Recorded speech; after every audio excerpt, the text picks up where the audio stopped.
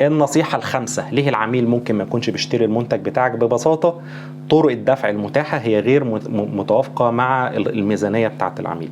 يعني انت السعر بتاعك هو عاجبه جدا وهو في الشريحة المستهدفة، بس هو كان حاطط مثلا حدود سعريه لنكن مثلا 2000 جنيه للمنتج دوت، بس انت بتبيعه مثلا ب 5000 جنيه، هو فعلا يستحق ال 5000 جنيه.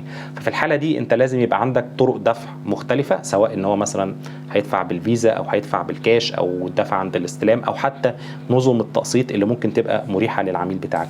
فانت ممكن يبقى العميل بتاعك معجب جدا بالمنتج، بس ببساطه طرق الدفع سواء كاش او فيزا او انستا باي ايا يكن، او حتى طريقه الدفع ذات نفسها التقسيط هو انت ما بتقدموش وهو محتاج طرق دفع بالتقسيط. شكرا جدا لحضراتكم. دي كانوا 5 نصايح ازاي انت ممكن العميل ما يشتريش المنتج بتاعك.